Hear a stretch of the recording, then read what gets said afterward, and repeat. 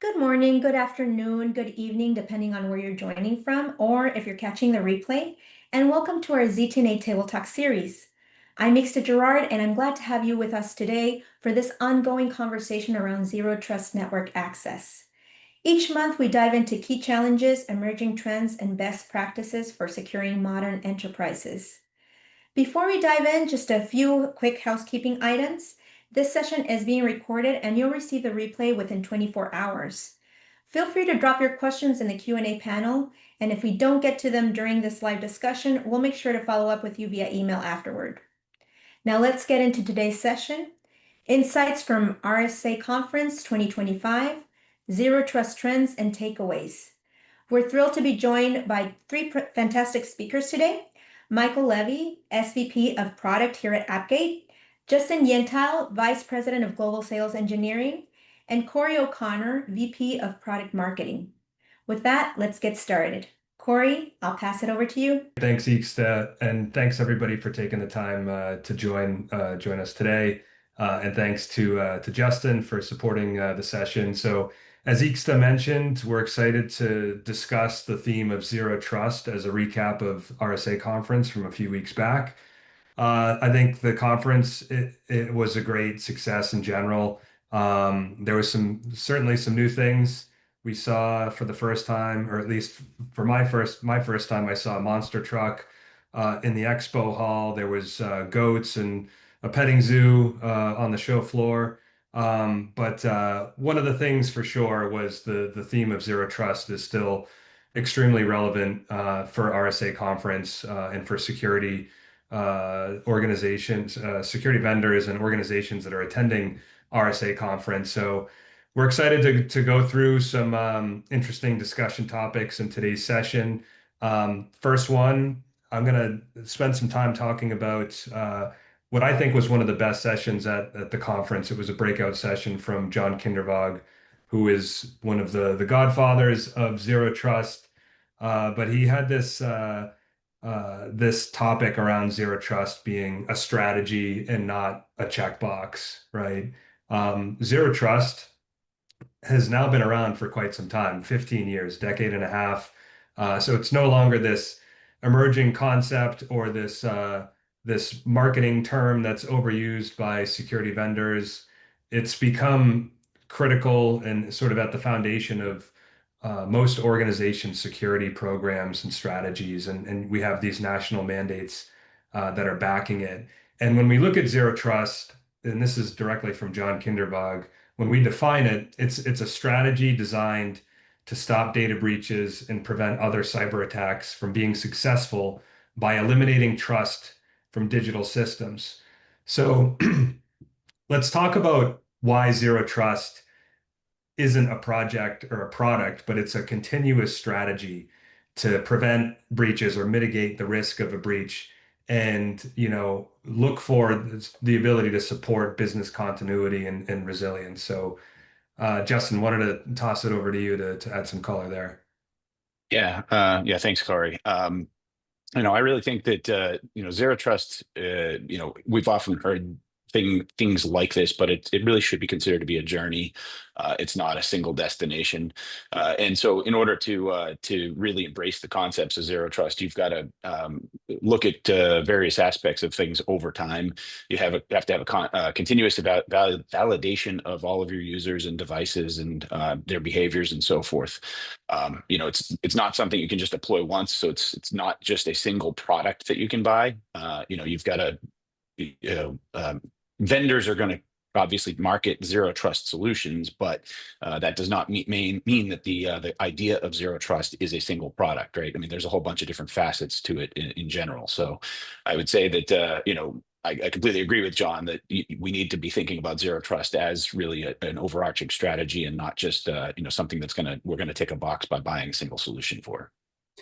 That's right. And when you think of, any organization, the business changes, your business needs evolve, the risk changes, threats are changing and evolving. So I think this is a pretty blanket statement here, but of course it's going to be an ongoing evolution. It's not going to be a one and done sort of exercise because of those constant changes. You need to adjust the way that you approach securing your environment, right?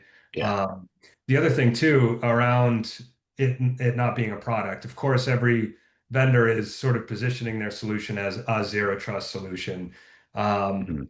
And we understand why they do that, but I think it certainly reinforces the idea of the best of breed approach for cybersecurity vendors in the market. Because if you're truly aligning your security program to the pillars of zero trust, you don't necessarily want to go with a vendor that is checking all of these boxes and not really focused on addressing specific Any use one of them. and providing specific controls that align to those pillars. So I think, when we talk about there's no single vendor out there that's providing true zero trust, that is the reality. And I think it certainly reinforces, again, the concept of the vendors that take more of a best of breed approach being a good fit for those organizations that are tightly aligned to zero trust.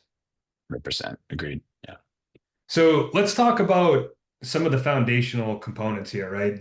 One of the other things that I had heard on the show floor in conversations with, uh, you know, uh, prospects and analysts and everybody that was attending the conference, sort of this commonality of organizations not just not doing the foundational basic things, right?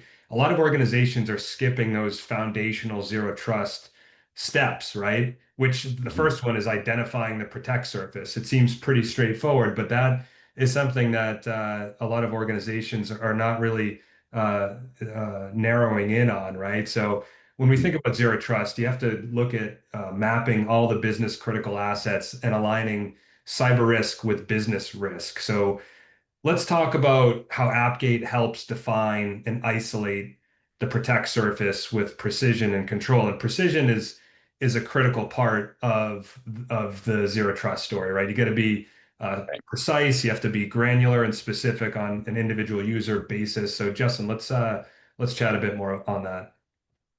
Yeah, I mean, ultimately, protect surfaces are going to be unique to each business, and your first step towards control of that is going to be through visibility. You've got to be able to identify, what the users and devices and things on your network are doing in order to, begin thinking about protecting and controlling access to them. Um, Ultimately, we're going to align cyber risk to business impact. Assessing what is mission critical to things like operations, regulatory compliance, and brand trust. Ultimately, being precise about that is key. We should be applying granular access controls and policies that are user and device specific. And you can obviously achieve all of that with Appgate SDP. We make that pretty easily with our solution. Great. Hey So guys, I was going to say, Michael Michael's here. Hey, sorry, I joined joined a us. minute late. Just to answer both questions, well, first at the event, it seemed like the nomenclature zero trust was plastered all around, and I think it's safe to say that it's almost an ethic, an ideal to achieve. So it requires a confluence of people, process, and tools. We happen to offer a best of breed tool that delivers it, and you have businesses change fundamentally during key inflection points like an acquisition. You're bringing in all these new actors and you don't know what they're accessing. You don't know their behavior. You don't know their proclivity. Everyone's always talking about, how AI is going to impact the world. And holistically, I don't have an answer for you, but I can tell you in terms of our offering, right? We are now leveraging AI capabilities to be able to help customers identify who's accessing what, provide insights and recommendations into how policies could be more restrictive without hindering productivity. And what's really interesting about zero trust, we have to adopt it as an ethic because it's basically as secure as you want it to be. And what the tool can do and help solidify the materialization of that ethic is that AI is now allowing us to give visibility into what each persona is doing, so then you can Mhm. iterate what they cannot do accordingly, right? Zero trust is all about not permitting access but restricting, or not restricting access but permitting access, right? So. Yeah, and just to jump in there, it's the automation piece of that is critical, right? I think security teams are stretched pretty thin, so we want to be able to provide a lot of automation, but it shouldn't be fully automated, right? I think a lot of security practitioners want to certainly leave some room for manual intervention. So artificial intelligence is great in leveraging those tools that can maybe provide better visibility into their risk or what have you. But then again, maybe enabling the security team to take action, right? So recommending certain entitlement changes or access policy changes based on visibility that we've now exposed them to, but putting the security practitioner in the driver's seat to review those potential changes and adjust those access controls based on that risk. So I think AI, and we'll talk a bit more about AI as we get through today's session. But that to Michael, to your point, that was pretty much covered in every keynote session. The messaging at pretty much every booth had some mention of Right. artificial intelligence, less so on machine learning, big focus on AI for sure in the Mhm. conference. Let's talk about trust, right? Trust is the enemy, least privilege is the principle. I think one of the interesting quotes that I had jotted down from the event was least privilege does not mean least convenient. A lot of organizations are creating these little enclaves of trust, which is really the opposite of zero trust. So, which makes it a challenge. Like, how do security teams replace some of these outdated trust assumptions with a more risk adaptive, identity informed controls and solutions, right? So let's maybe talk about that and talk about how Appgate is enabling an environment where it's truly dynamic, it's least privilege at scale, and it's based on real-time context. Yeah, so I'll take some of that, Corey. So I think that ultimately, as you said, zero trust becomes much easier if the access is dynamic, and so if it's adaptive to criteria and environmentals and all of this other stuff. So Appgate really can be more reflective by way of applying just-in-time access based on things that might be taken from other third-party authoritative sources of truth. Think about things like a service catalog in an ITSM system where users can request access to an application, and that has to be approved by a manager. And once the approval is granted, access can be dynamically granted on the network from a network level. And then if that access should expire at a certain time, it can also do so. And another type of example of granting access more dynamically is taking into account for things like the trust level of an endpoint device that a user is connecting from. Right. So if, perhaps I might get access to resources A, B, and C under normal circumstances, but if my, device is profiled to be risky by a third party solution like a CrowdStrike or a Sentinel-1 or something like that, then if access could be dynamically, lowered down or even completely restricted, obviously that's going to lead to a better security posture in general. So these are the types of things that Appgate can kind of do, hands down easily. Great. We mentioned earlier Zero Trust. It's been around for a decade and a half now. Let's talk a bit more specifically about Zero Trust Network Access, or ZTNA. Needs to catch up in today's world. I think when we look at ZTNA, the initial primary use case was all about, replacing VPN, secure remote access. But traditional ZTNA was designed for a different time, right? So the term universal ZTNA has been around for a little bit now, but let's talk a bit on universal ZTNA. Users, devices, workloads, again, AI agents, a lot of RSA covered AI.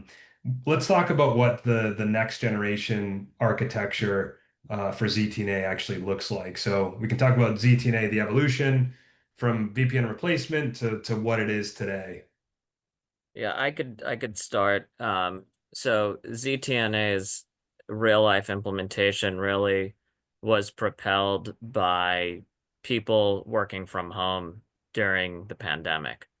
And it seemed that this concept was applied to that temporary Brave New World, but it seems that the return to work has been hybrid, and ZTNA still primarily is adopted for that use case. However, we see firsthand very interesting use cases, both on-prem, on the edge, access being delivered to temporary contractors and third parties.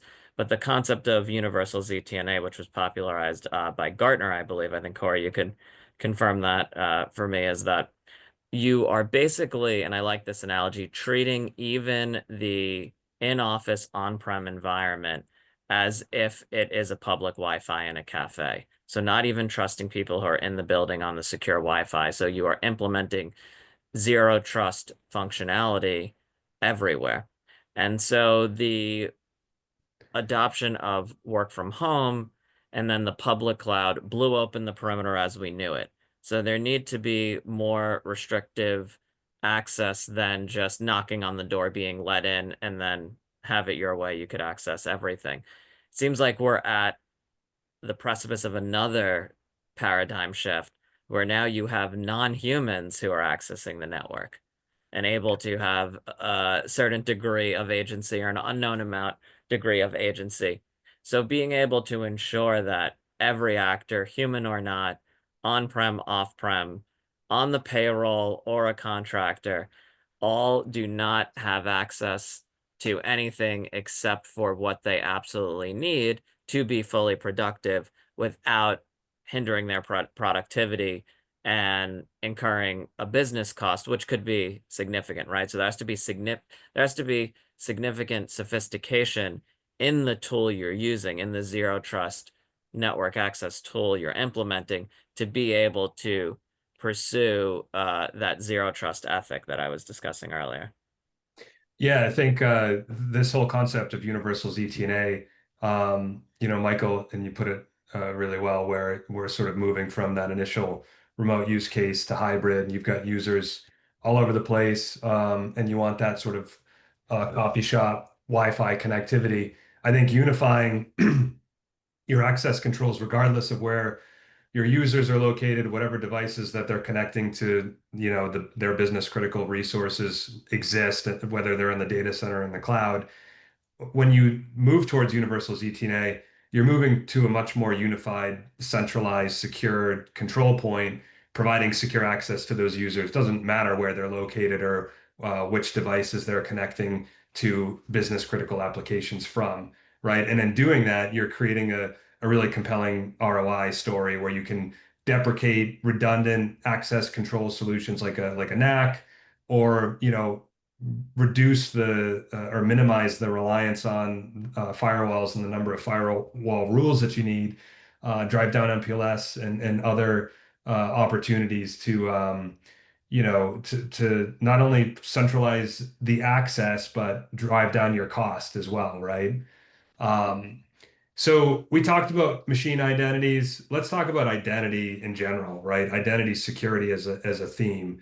I think I can't remember where this was mentioned. I think it was one of the analyst sessions around identity security being tightly aligned with zero trust, which it is. There's no denying that. But identity is not enough, right? Context is everything, and we touched on this briefly earlier.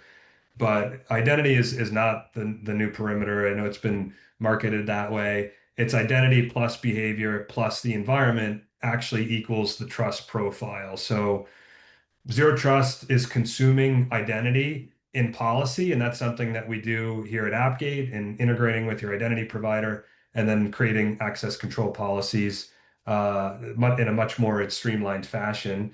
But let's talk about how identity-centric policies that are layered with this risk context can get you closer to zero trust. Because again, it's all about getting closer to zero trust. You're never going to fully get there, but it's all in an effort to get closer to it. So let's chat about that. I think historically, Corey, I think we think of, or as security practitioners, we think of identity as being a question of, who is this user and what groups are they a member of, and that's historically what identity really is. But we kind of really think that identity should be treated as more of a multidimensional profile that can also include a whole bunch of other elements, like things like device posture, network location, geolocation, time of day, even those things that attributes in other third-party tools and solutions, I think should, not just your identity provider, that is, that should be kind of pulled in and factored in order to define what is the identity. By doing that, I think we're able to kind of improve the security posture because you're taking into account for everything that could potentially pose a risk, all kind of holistically, and therefore you get a much better outcome from a security posture, and you're much more aligned with what zero trust is all about ultimately. Great. Yeah. Let's sort of switch gears now. We could talk about operational resilience. It's the new gold standard, right?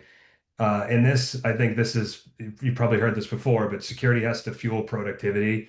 You can't get security in the way of business enablement or business productivity. So you need zero downtime. Everything needs to be highly available. And this is certainly true for certain environments, right? Like operational technology, right? Business continuity is the lifeblood of any organization that has an OT environment. So let's talk about the architectures, right? Some of the challenges specific to zero trust architectures and how we can address some of those challenges to better enable the business instead of getting in front of it or getting in the way of it. Yeah. So, my thoughts on this are that, first of all, we need to avoid, complex, fragile architectures. I think that there are a lot of zero trust solutions and zero trust network access solutions in particular that, have a lot of just kind of complex design to them. And I am specifically referring to some of, our competition in the ZTNA space with, cloud routed solutions. We think that adds unnecessary complexity. It introduces risk points for customers. And frankly, we think that there's a better way to approach that. And here at Appgate, we've designed and developed the only real direct routed ZTNA solution, which does not require any sort of a cloud-based presence. It was built around having highly redundant and resilient components. So multiple redundancies are available within the architecture of our solution. And I think that all of that is very important when you're designing what a zero trust or a component of your zero trust ecosystem really should look like. I guess that's really all I'd say there, Corey. Yeah, so just some more color to add here. When we talk about policies, and I know Michael touched on this earlier around some of the entitlement recommendations and leveraging AI. If we're talking about enabling the business and not slowing it down from an administrative perspective, whatever tools or solutions you're using, and when we're talking about Appgate and access controls and ZTNA, you want to make sure that policy creation is easy, right? You don't want to have to manually review entitlements, especially these larger enterprise organizations that have thousands or hundreds of thousands of users. And I mentioned this earlier, security teams are having to do more with less. So you want to make sure that policy creation and ongoing management is something that is easy for the administrator because they have lots of other more, business critical initiatives to focus on. So that's one easy thing that can be addressed. I think also just not having enough visibility, and we touched on that earlier as well. And the other thing too is this whole idea of enterprise readiness, right? When we look at circling back to a point that we made earlier around organizations having unique challenges, right? Unique environments. Whatever tools you're using from a security perspective, they need to be able to hook into your technology stack, whether it's other cybersecurity solutions, whether it's ITSM, endpoint solutions, whatever it is, right? It needs to be able to work with what you have and do it in a way that's easy and scalable, right? Because at the end of the day, like we said, I think security can't slow the business down. It needs to enable it, or in the least case, not get in the way of business productivity. I think this is an interesting one. I can't, again, I took lots of notes at RSA conference. I can't remember exactly where some of these discussion topics came from, but I like this one. It's how do we translate cyber risk into business risk? And when we think about security teams, there's usually a bit of a struggle in making the leap from technical metrics to executive relevance. So being able to communicate directly up to the executive leadership team or the board of directors. So, what are some of the best ways to frame zero trust benefits in terms of operational continuity? We talked about regulations, regulatory posture, and brand protection.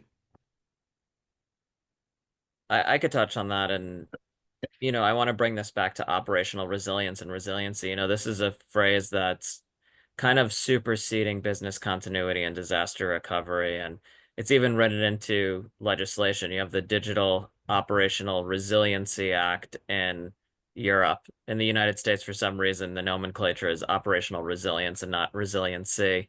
So there's a regional difference there. But essentially, from my perspective, it's that you are ready to have business going no matter what happens, and that includes ransomware. And that was the impetus for this legislation, which it's expected that other regional financial regulators will follow suit and have similar regulation. It's interesting what the difference is between existing regulation and that. The incremental change is that there's more onus on service providers. And it's acknowledging the dependency that businesses have on service providers. And that's something that zero trust is really valuable for, is ensuring that third parties of all types that have access to critical systems are not able to weasel their way into other systems. Um, so it's not like you just have a big open door and okay, we have an agreement signed, we have an NDA signed. There could be one low-level malicious actor working for a service provider that has access to your critical data, that can get in. So that was kind of answering your first question. Your second question, there's so many theoretical studies out there on measuring the cost of downtime. For an e-commerce company, a few minutes down could mean that you are losing millions of dollars in business if point of sale systems go down, which are a target by digital adversaries out there. And I know that, having previously been in the managed services space, that retail companies are very cognizant of their security for point of sale systems, because that's something that malicious actors are looking at. There is a tangible cost. I think that what's important is that companies are able to have, if not uh, a quantitative metric, a relative qualitative way of measuring the business, the financial risk, and reputational risk. I think that kind of summarizes the two, you know, negative impacts on a business if you have some sort of event. So triaging and figuring out, when you're creating a resiliency plan, what are the applications and environments or the groups of people that would result in the most severe impact. And then with zero trust, that exercise isn't as relevant, because you essentially are putting every application in that bucket of the downtime would have a severe business impact. So you're not, you know, allowing anyone to reach it. I think, regardless of how you quantify it, it's still important to work on that and continually make sure that your business continuity disaster recovery plan is updated, and is mindful of, what would have the most severe, both financial and reputational risks to the company, and even safety, right? Yeah. All right, so let's switch gears again, and circle back to ZTNA specifically, right? So and pose a question here. Are organizations getting stuck in a ZTNA rut, right? ZTNA has been around for a little while now, and just want to double click on this topic here. We do have a lot of organizations out there that are using legacy ZTNA that doesn't support these hybrid or multi-cloud realities or scenarios that most organizations are operating in. So wanted to talk about what are some of the warning signs that suggest that it's time to evolve your ZTNA implementation, and how do you spot a solution that's not keeping up? Yeah, I mean, I think that one of the keys there is one of the things that I touched on, just a few minutes ago about some of the solutions that route traffic through a cloud-based proxy. I think if your ZTNA solution is doing that, I think that you're going to find that you will have some challenges, if not today, at some point down the line. Cloud routed solutions are going to introduce latency as your business grows. The cost grows much more exponentially with those types of solutions, as does complexity. And so, quite frankly, cloud routed solutions really weren't built for ZTNA, or ZTNA wasn't built for cloud routed types of solutions, I should have said, actually. I think that there is a definite value to having certain types of traffic be cloud routed, for example, your secure web gateway type of traffic and so forth. But for access to private resources, there's not a whole lot of value that can be added by doing that, and there's a whole lot more downside that can come with it. And another, I guess, sign of that your ZTNA solution may be time to evolve it is if your access really is kind of one size fits all, meaning that you're not granting really fine-grained access for very specific groups of users under specific criteria, and constantly evaluating that and reevaluating it throughout the lifetime of a session, then your ZTNA solution isn't doing its job. A couple more things that come to life is if you're finding that you need to make exceptions and manual workarounds to handle those exceptions, then your ZTNA solution probably isn't really doing what it should be doing, which is to adapt and dynamically provision the appropriate access for those different types of users and under different circumstances. And then, if ultimately, if your ZTNA solution is providing a VPN-like experience, then, if it's really just a glorified VPN, that's calling itself a ZTNA solution, that's obviously not a good thing there. ZTNA really should encompass all of the kind of the topics that we've discussed here today. So. Great. Thanks, Justin. Yeah. So let's talk about UX, right? What does a good zero trust user experience actually look like, right? Seamless access, no downtime.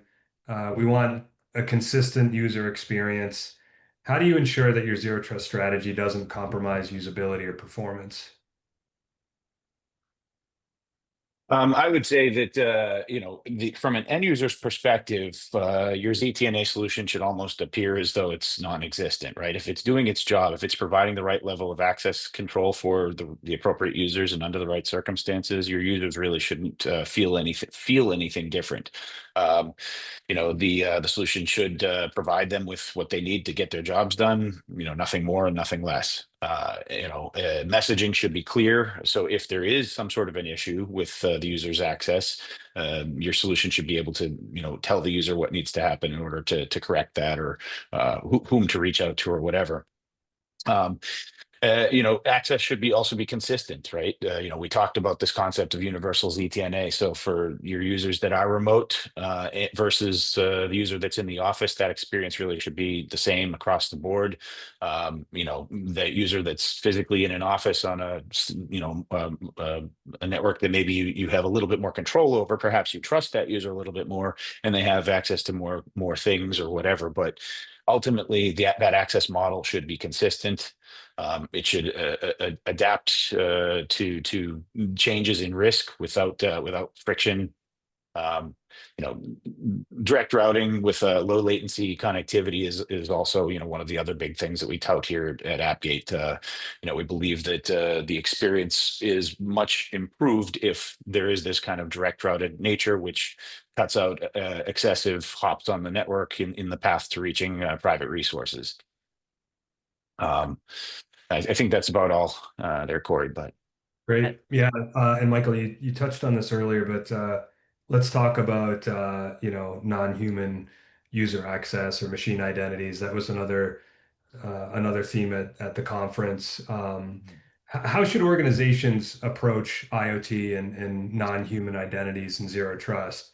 We've got devices and automated processes that are growing. You've got identity sprawl. There's more machine identities than physical flesh and blood users. Excuse me. So how can organizations verify and enforce zero trust principles for these machine or these non-human actors without breaking workflows? I think what they need to do is actually treat each of these agents as a person, and be constantly getting and reviewing telemetry on what they're accessing, right? It seems like, yes, everyone's conscious of security, but businesses are run by CEOs and not CISOs, right? So the business imperative always reigns supreme. So our job as a ZTNA provider is to make sure that you can have the best of both worlds. I think when it comes to AI as a new threat landscape, you're going to have to fight AI with AI. And we are going to have all threat vectors that were driven by humans are going to be amplified exponentially by machines doing the same thing, even down to spear phishing campaigns, right? AI could find out what my favorite hobby is and tell me I'm invited to an exclusive club if I hit this link. So given that there's going to be a bombardment of attacks, it's important that benevolent AI, and I'm not trying to make this seem like a movie with good machines versus bad machines, but benevolent AI that's able to not only have the visibility, but provide the insights and recommendations on how you can continually implement the zero trust ethic to continually have more restrictive policies without hindering productivity through the entire life cycle of using the tool in perpetuity. This is not a set and forget type of application. It needs to be continually reviewed, and that's the thing, is that it's as good as sophisticated the usage is, and historically, a lot of ZTNA buyers just set it with a wide open policy because they were afraid to hurt productivity. And the same thing, right? If there is a massive investment in AI agents and non-human actors with sensors spread all across the world with a ton of theoretical vulnerability, you're not going to want to negate that investment. So that's why it's critical that ZTNA now has AI feature sets like Appgate has now to be able to identify and provide insights on user access, both human and non-human, and then also provide in perpetuity insights and recommendations on how overarching policies could become more protective, and then how there are a lot of wasteful policies. There's a lot of noise that's humans put into these kind of tools that could then be for efficiency and usability be eliminated, right? So as the threat landscape magnifies, so can our ability to help users leverage zero trust network access in a much more sophisticated, efficient, and secure way. Great point. Yeah.